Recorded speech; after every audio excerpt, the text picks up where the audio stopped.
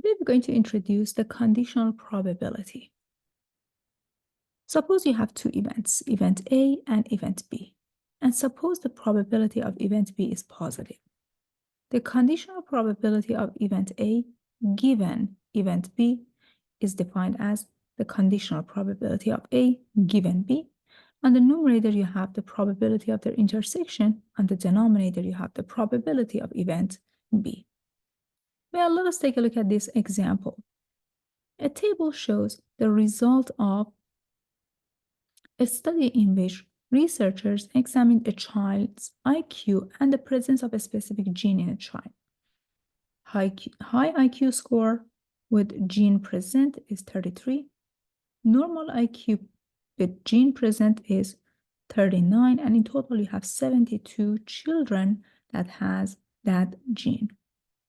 Gene is not present and you have high IQ, it is 19. And if the gene is not present, you have normal IQ, it happens to be 11. So find the probability that a child has a high IQ given that, this is the keyword for you, that the child has the gene. Well, we are finding the conditional probability. And please note that 72 people in that study has the gene. So the intersection between the gene present and you have high IQ is the intersection between these two, which is going to be 33.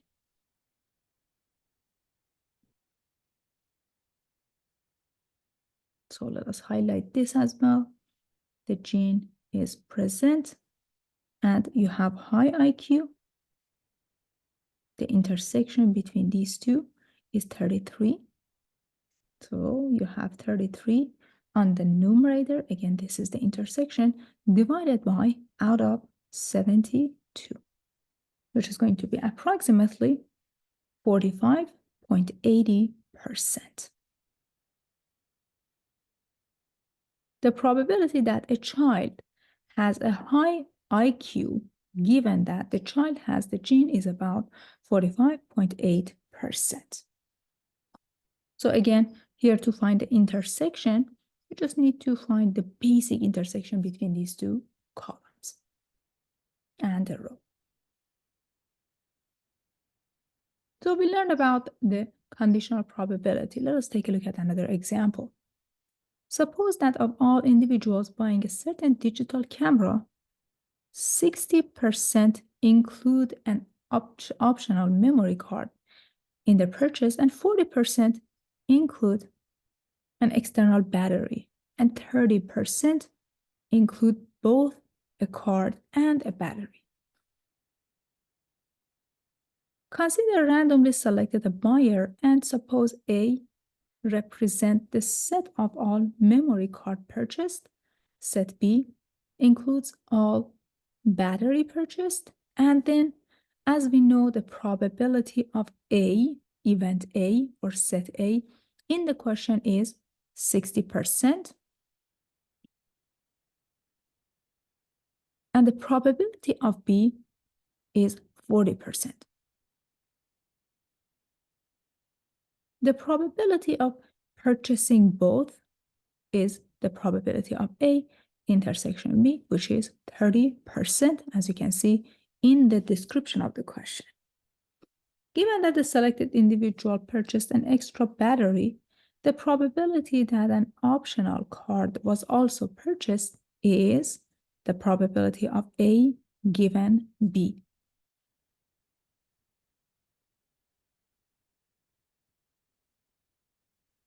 So again, take a look.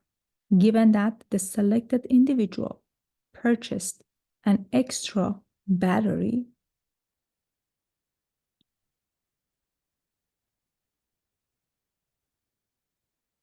the probability that an optional card was also purchased is a conditional probability. So in this example, the given condition comes first. Well, let us follow the formula. It is the probability of A intersection B divided by the probability of B. We know that the probability of the intersection is 30%. The probability of B which is the probability of buying a battery as well, is 40%. So if you do the division, it's going to be 75%. That is, of all those purchasing an extra battery, 75 purchased an optional memory. And similarly, you can find the reverse. The probability that battery is purchased, given that they purchased memory card as well, is switching between B and A now. The numerator is going to be the same. It is 30%, but the denominator, please pay attention. Now your denominator is the probability of A, which is 60%. So if you do the calculation, you end up with 50%. So as you can see, this is an important observation for us. We see that the probability, the conditional probability of A given B and the conditional probability of B given A are not equal to each other, and in that case, they are not simply equal to the probability of A or probability of B as well.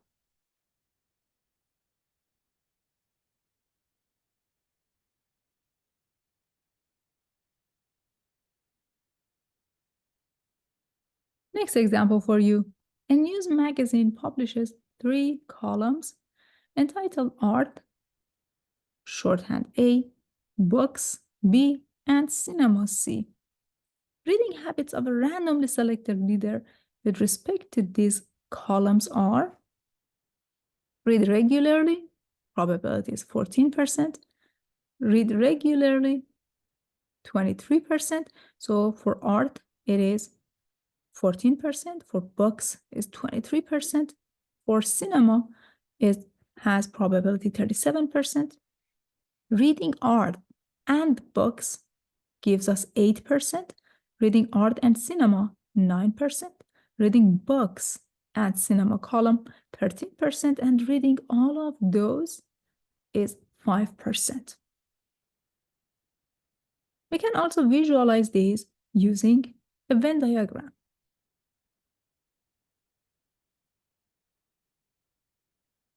The probability of the intersection between A, B, and C, which is in the center, is 5%. This is what we see here. The probability of A intersection B, as we know, is 8%. So you already have 5% in the core, in the center of all of those intersections. So you're left with 3%, and you can check the rest of these probabilities as well. A Venn diagram helps us to visually see what's happening. Now the question is, what is the probability of A given B? What is the probability that randomly selected person reads art column, given that person already read books column? Well, following the formula, it is the probability of A intersection B, which is just up here, divided by the probability of B, which is 23%. So basically you have 8% divided by 23%, which gives us 34.8%.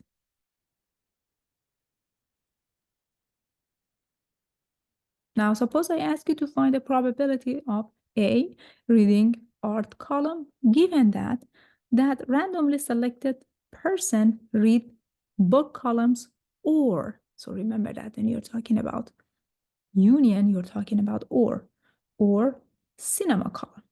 Well, following the formula, it is the probability of A intersection with the given condition, A intersection B union C, and divided by the probability of the given condition.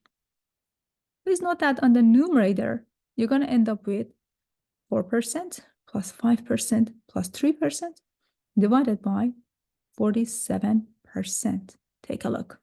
Let's take a look at our denominator, the probability of B union C.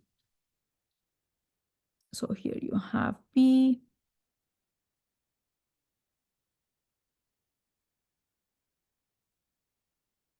probability of, let me write it down up here, probability of B union C. Remember the Third axiom of probability, it is probability of B plus probability of C minus the probability of their intersection. They are not mutually disjoint. Otherwise, these circles, they would be different. They would be far away from each other. So the probability of B is 23% plus probability of C, 37% minus the probability of B intersection C, which is 13%. So if you do the calculation, it is equal to 47%.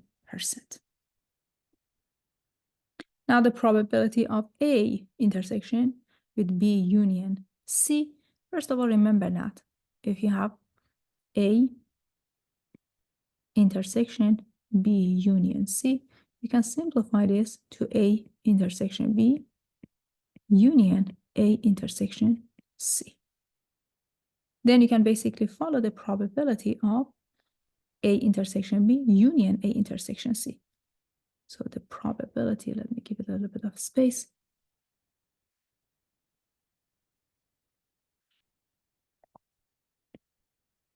The probability of A intersection B union C is equal to the probability of A intersection B union A intersection C. So it equals to the probability of A intersection B plus the probability of intersection C minus the probability of all of these intersections, A intersection B intersection C.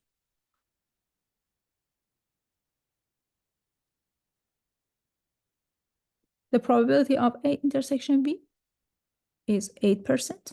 Probability of A intersection C is 9%, and minus the probability of their summation, which is 5%. This is equal to 12% divided by 47%, which is 25.5%. So again, you can use the graph to analyze and get data, or you can basically follow the probability formula that we learned before. So as you can see, the probability of A intersection B is 8% plus the probability of A intersection C, which is 9%, minus the probability of all of these intersections, which is 5%. 4% plus 8% is 12%. The next one is the probability, conditional probability of A, given that that person reads at least one of those columns. So take a look. When you're talking about at least, it means that you're talking about the union, the first one, or the second one, or the third one. Here you have the probability of A intersection with the given condition divided by the probability of the given condition. But this guy can be written as the probability of A divided by the probability of their union. Again, you can take a look at this mathematically. The probability of A intersection A union B union C can be written as the probability of A intersection A, which is A, union A intersection B, union A intersection C.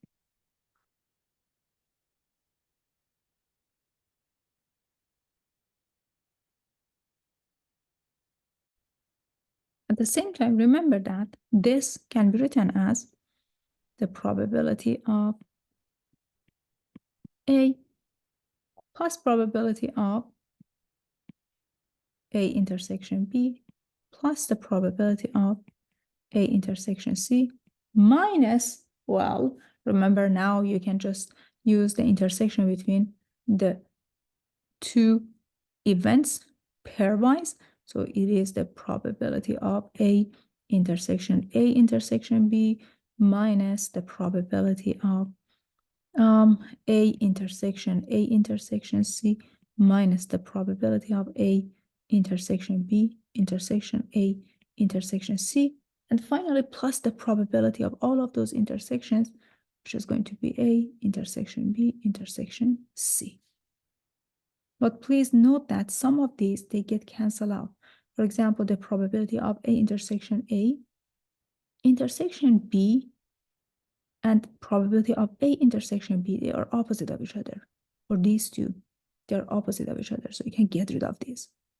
And here you have the probability of A intersection B intersection C, and these two, they are opposite of each other. So that's how you end up with the probability of A, as you can see on top. And down here, you have the probability of their union. So you get 14% divided by 49%, which is 28.6%. And finally, if I ask you to find the probability of A union B, reading the first column, art column, or the book column, given that that person reads the cinema column, is the probability of A union B intersection with the given condition, which is C, divided by the probability of C. With the same argument, you can do the calculation. It is 4% plus 5% plus 8% divided by the probability of C, which is 37%, which can be written as 45.9%. So again, if you want to take a look at the math behind it, the probability of A union B intersection C, it is equal to the probability of A union B. Let me just fix this right now so we don't have to do this over again. A intersection C, okay, union B intersection C, which can be written as the probability of A intersection C plus the probability of B intersection C minus the probability of their intersection, which is A intersection B intersection C, or the probability of A intersection B, A intersection C, which is 9%, plus the probability of B intersection C, which is 13%, minus the probability of their intersections, which is 5%.